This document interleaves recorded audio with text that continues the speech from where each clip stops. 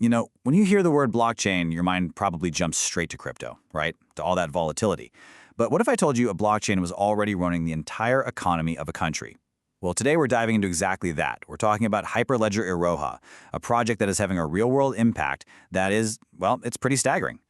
And look, this isn't some theoretical white paper or a tiny little pilot program. We're about to see how this one piece of technology is quietly and very successfully transforming a whole national financial system as we speak. So I want to start with just this number, over 300%. Now, what on earth could that represent? It's not a stock price. It's not some crypto coin going to the moon. It's something way, way more fundamental to an economy. And there's your answer. In Cambodia, the total value of transactions running through their national payment system is more than 3 times the country's entire GDP. Think about that. The value of everything produced in the entire country, this system is processing triple that. That's not just adoption, that's a total embrace. And the scale is just mind-boggling. In just the first half of 2025, we're talking about over 500 million transactions. 500 million, worth over $100 billion.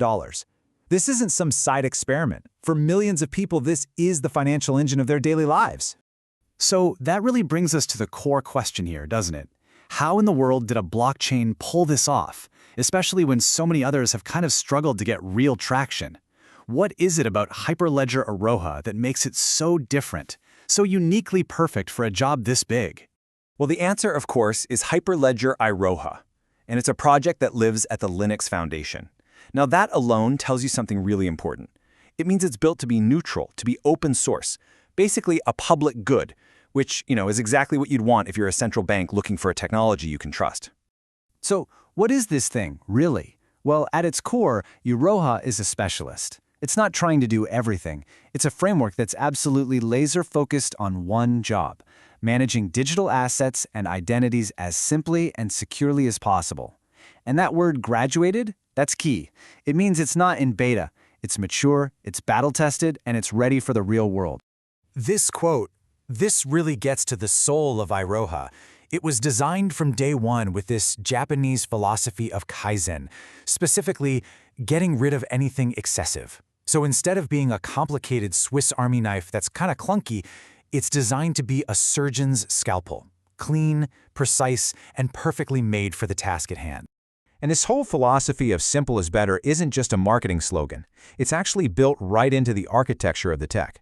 Let's dig in and see how this very deliberate choice makes Iroha both incredibly secure and surprisingly powerful.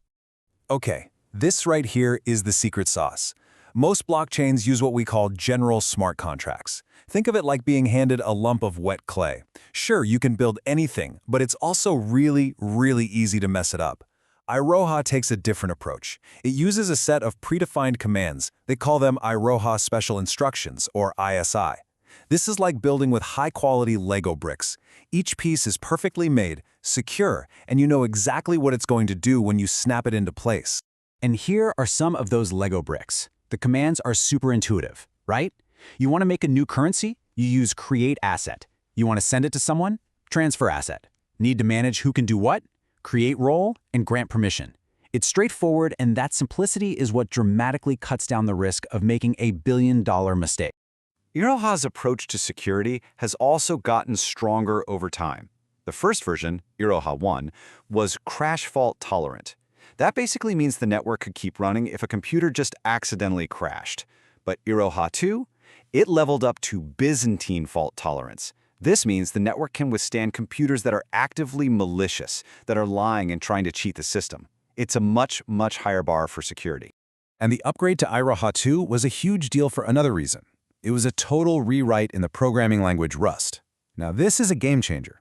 Rust is famous for being memory safe, which is a technical way of saying it prevents whole categories of sneaky, critical bugs that have plagued financial and system software for decades.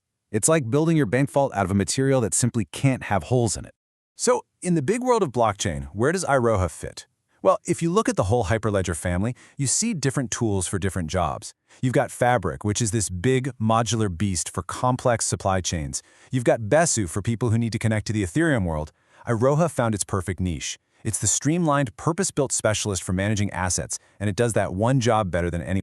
So that success in Cambodia, it wasn't a one-off. It basically created a blueprint, a proven model for other nations to follow, and you can bet that other central banks were watching very, very closely.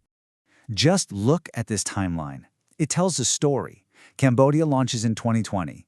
Then, a few years later, in 2023, boom, Lao PDR and the Solomon Islands are both launching their own projects. Then, by 2025, Papua New Guinea is in the game. You can see this wave of trust and adoption spreading right through the region. It's a pattern.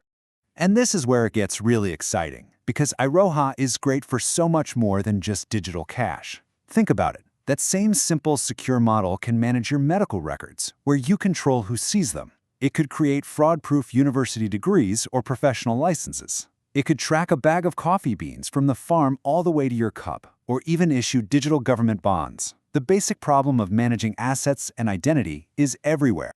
All right, so Iroha has already achieved so much, but what's next? Well, the vision for the future is even bigger, even more ambitious. The one-word summary? Unification. The grand plan, the roadmap for Iroha 3 is to build a universal ledger.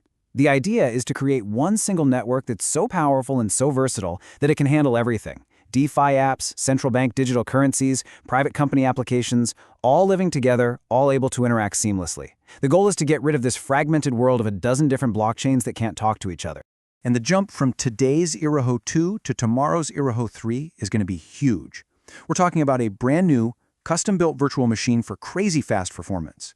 A new scaling model called parallel lanes. Think of it like going from a single-lane road to a 100-lane superhighway. And maybe most importantly, getting ready for the threats of tomorrow with post-quantum security. And that brings us to this. This is some serious future-proofing. The team is already building in defenses against quantum computers, a threat that doesn't even fully exist yet.